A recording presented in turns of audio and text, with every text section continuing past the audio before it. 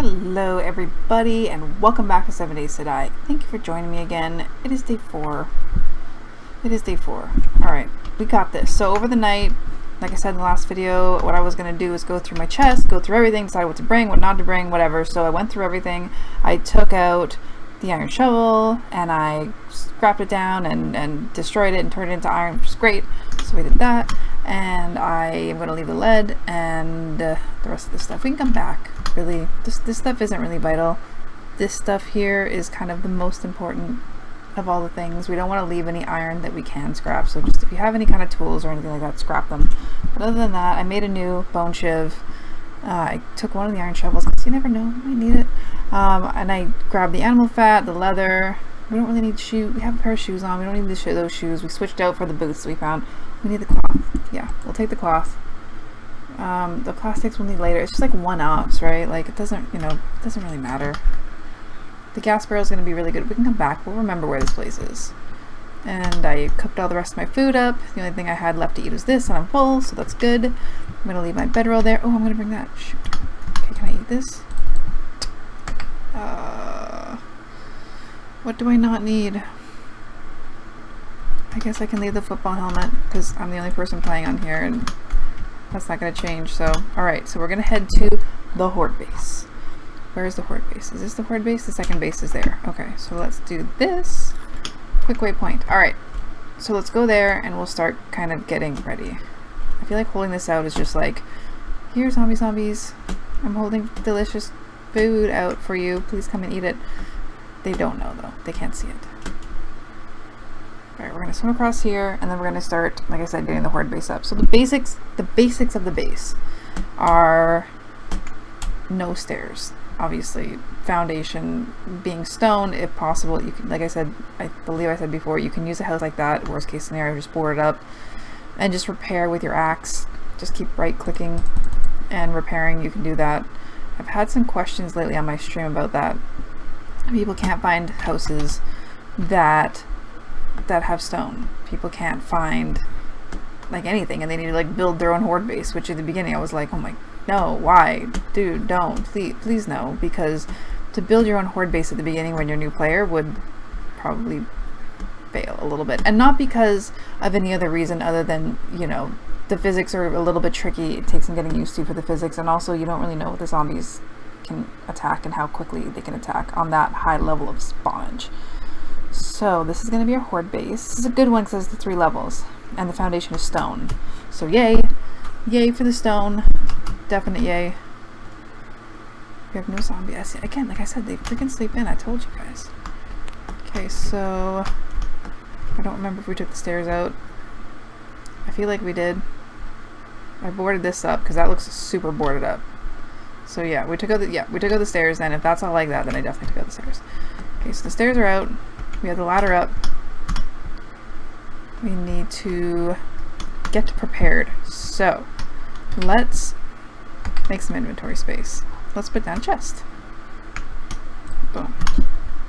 Alright, let's just get rid of this and this. We have a lot of food right now, which is great. Let's just get rid of most of it. And as we need it, we'll come back and grab it. And also try not to have food inventory when possible. Like, it's just, yeah, it's not a good idea. Alright, so we need to make a campfire. So we need our wood back and our plant fibers and our stone. Okay. Campfire and bedroll. Always keep making bedrolls. A really good idea if you have to go into a terribly dangerous area in this game is carry a bedroll on you in your inventory. And just be ready at all times as you're running to just throw it down. And then at least you can respawn in the same kind of area. When you do die, you get 2 options. You get spawn your actual bedroll or spawn nearby your bedroll, which is really great because if it's overrun by zombies, then you're going to want to do that. Okay, so let's place down our bedroll away from the heat source. This means we're going to put all our sort of anvil and things over there. Anvil? Not anvil. Forge. Okay, so what do we need? We need short iron pipes. We need animal hides. Where is it? Did we get clay? I don't think we must not have gotten clay. We'll grab the hay bales and place them downstairs. Can I eat this yet? Good. this? Did we not get clay? Alright, let's make a shovel. So clay is like a super vital necessity in this game. Clay is used when you're first making your forge basic item. You also use it to load in your forge if you're going to be making items like steel, for example. So you're going to need this a lot. The trick to finding clay is not that difficult, actually. It's really very, very simple. Press M, bring up your map, look in. You see these little brown areas? Those are all clay deposits. So just go on your map and go up and find them. Oh my god, I thought that was a zombie. So this is clay here, but I don't want to completely dig up the area around my base. So maybe we'll go up a little bit out here. A lot of times you'll see these cotton plants growing on them. So just dig down with your shovel. If you're going to be digging down, I think with clay it might make a difference, but if you're going to be digging down with sand, for example, it's not going to help you to make a steel shovel or a iron shovel. It doesn't make a difference. Both shovels exactly the same. One just costs significantly more. So don't waste your time making a higher level shovel unless you're doing something like shoveling dirt or probably clay, because this actually takes a little while. But sand, don't bother. Okay, we're going to need 50 for the forge, and we're going to need like 1,000,000 for everything else. So we can just get the 50 if we want. But I tend to not do that. I tend to actually just try to get like, you know, I don't know, let's say a couple hundred. Let's say a couple hundred to get started with. In the end, you're going to want to put like stacks of 1,000 in there and just let it cook down while you're doing things. But we have iron stuff to cook down. We're not going to spend 1,000,000. We're not making steel. We're not even close to steel. So yeah, that'll be fine. A couple hundred. We have a lot of iron that we can grab from here. Oh yeah, we're going to grab these. Okay, so now, as I said in the last video, zombies are really, really bad at parkour. And so we're going to take advantage of that by creating, like I was saying the other day, like we're going to create this little sort of like step up situation system. So if you're up here and you're like, oh shit, I want to get down here really fast, and you don't want to break your leg, land on the hay bales. The hay bales are key. If you land on the hay bales, you will not break your leg.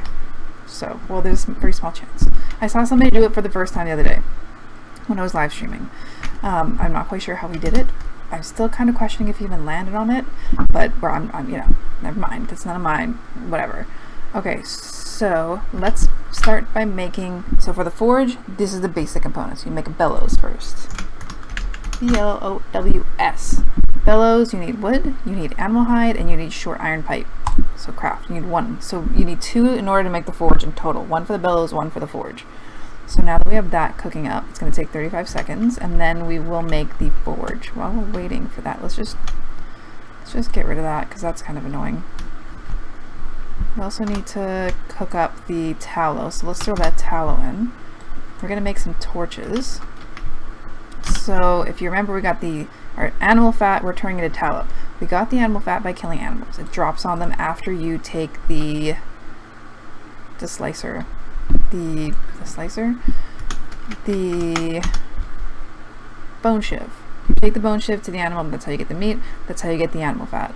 So we need to grab the, ooh, how am I near death experiencing? I'm like a full health. Okay, turn that off, put that in there, turn on. So let's cook up the tallow. The tallow takes a little while. It's the only way to make torches. Well, you can make torches another way, but this is the best way to make torches for you right now. So let's just, you know, let's just do that. Alright, so we have the bellows. Yay. Now we need to make the forge. What am I missing? Serious game?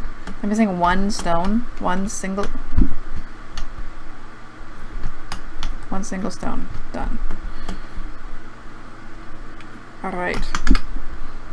Craft. So it's going to take about 47 seconds. Now, we were talking about the skills the other day.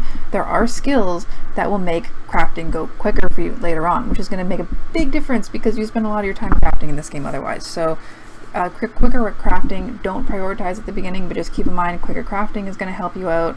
Also, we have, what is it called here? Miscellaneous crafting. Here. So miscellaneous crafting is also going to help you. Crafting time will go down. I think there may be another one as well. So read through them carefully because some of them are really, really helpful. Okay, we'll grab the tallow. We'll grab the cloth. Where's the cloth? Cloth that we already have. And we're going to make a bunch of torches, which also are going to take like a minute to make 4 of them, so. Yay! And we have the forge! You have the forge! You've done it! That is how you make the forge. Alright, so I'll show you how to use the forge. So let's place it down. Left click to turn. Always, that's super awkward. Let's not. There we go. Let's just put it there. So now it's placed. Now, in order to pick this up, you need to use a wrench. And you left click with a wrench, and then it kind of breaks it down, and then boom, it'll pop in your inventory. Make sure it's making a wrenching kind of sound, that you're not right clicking or doing something weird. Just make sure that it's wrenching. You have the wrench, you're using the wrench, and you're all good to go. So now you have this screen. So basically here are all the things you can make. This is not even like all the things, but here are sort of the basic things you can make. Here's the smelting bar, here's the fuel, and then here are the little tools. So it's similar to the actual campfire. So the tools are like the cooking pot, things like that. So we need to put in iron. So luckily we have quite a bit of iron. So let's not step on the fire because that will light us on fire. And we're going to add some wood to the fuel. Turn on. Alright. Now we're going to add iron here under smelting, and then you're going to see it's going to start going up. So what you're doing is you're melting it all into the forge. Once it's in the forge, it's in the forge. If you break down the forge, you will lose everything that's in it. You may get the forge, but you'll lose everything that's in it. So don't do that if you don't have to. So our first thing is going to make the anvil, which is similar to the kind of idea of the cooking pot. We're going to make the anvil first, then we can make cooking pots, and we can make all the things we need. So we need 200 iron ore to be able to do this, smelted iron. So that's why it's showing us kind of like red right now, because we've clicked over this. So let's give it a minute. Now if you say have thrown down your forge like early on, you're like, oh my god, I have 1,000,000 iron and I don't want to be here anymore. This is a horrible place for horde day. What do I do? Then what you can do is you can smelt it back into iron again and then take that with you. That's an option. If you can't just make things out of it, if you can't just like, if you're not like, I need to craft a whole bunch of forged iron, which is sort of like your first major upgrade from stone for your tools. So forged iron is going to be our main goal after you make the anvil, of course. And then from there, your next upgrade from that will be forged steel. Now you're going to start noticing the longer you get in this game that there's these little dudes with these little graduation caps that are grayed out, and you're like, why? Because you haven't trained it up yet. So like we were talking about in the skills, you have things like steelsmithing. So in order to do steelsmithing, it has some requirements. So for example, in this one, your construction tools have to be level 40, which is, we're very, very low right now. So like I said, when I do my playthroughs, when I play the game like 1,000,000 times and I know what I'm doing, day one I'm like points and construction tools, focusing 100% on that, and then also making the steelsmithing, making the concrete mixer, because that needs to be as well high for construction tools. So yeah. So let's see, where are we? We need to put the clay in. Alright, so that's what we're talking about, the clay, right? So other things that you can put inside the smelting are lumps of clay. Other things you can put in are sand. Other things you can put in are stone and lead and brass, and then you smelt them all in together. Clay is going to be a big one, iron is going to be a big one, and stone is going to be huge, because in order to make concrete, you're going to need to have a lot of stone. So we can now make our anvil. So you're going to need, in order to make concrete, which is like one of the strongest, most significant building materials in this entire game, you need to take tons and tons of stone, you need to smelt it into it just by doing this, and then you need to go to the cement mix. There, cement, which we'll learn later, but this requires lots of stone, so you may want to focus on that early. It's up to you. You may end up changing locations. This may not be a base that you'll want to use on your day, whatever, your 4th horde day. Let's see here. Okay, so this side of the base is safe. Do we have torches yet? Yeah, we do. Okay, so let's place a couple torches just to light up the darkness, because yeah. Okay. Because it gets spooky. Let's put this here. This works. Alright. Cool. Okay, so this anvil is almost done. We can put away the hay bale now. Put that away, put away the iron pipe, put away the animal pipe. We also almost have enough for another anvil. or another, not another anvil, another forge. We almost have enough for another forge. I would super duper hesitate making another forge right now because, like I was talking about the heat map, you put down another forge, your heat map is going to be like exploding. So you're going to get a lot of zombie spawnage early days, which is not the best idea. It's not a very good idea. So how about we just go back here for a minute. Okay, that's empty, so let's put that in there. Keep melting this down.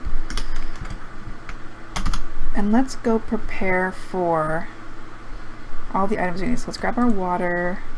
Oh yeah, we have a burning barrel. Ooh, okay. See, this is why I like the burning barrel. It's like, it sits around different places and then you can just throw it down. It's like a really cool, nice light source. And then we can put this torch over here. Perfect. Okay, what else do we need? I would recommend hesitating using the pistol. I would keep it for emergencies only because it is really loud, and if you just start firing off guns, you'll actually attract more zombies. Always keep the bandage on you. Keep some water. Keep a little bit of food, because why not? We should probably... No, we're not going to cook that yet. Okay, so we now have the anvil. So your output is going to be there. That's the anvil. So let's pick that up and we can put that in our inventory, and it doesn't really serve any other purpose other than to put it under tools. So now everything's opening up, just like same thing with the cooking pot. So we're going to make a cooking grill because that allows us to actually be able to grill our food instead of just terribly cooking it over open flames and making it super gross, because nobody wants to eat that. I definitely don't. So 2, 1, go. So it always goes out here. And we'll put that in there. Now let's go back and grab our meat. And it can be a good idea to try to make bacon and eggs as much as possible, because it does increase your overall wellness, but if you can't, it's not the end of the world. I'm just gonna do that. Good. Now, we are going to go gather some supplies, and that's another airdrop. Yay! Alright. So I'm just gonna go gather... We don't need that right now. We don't need that right now.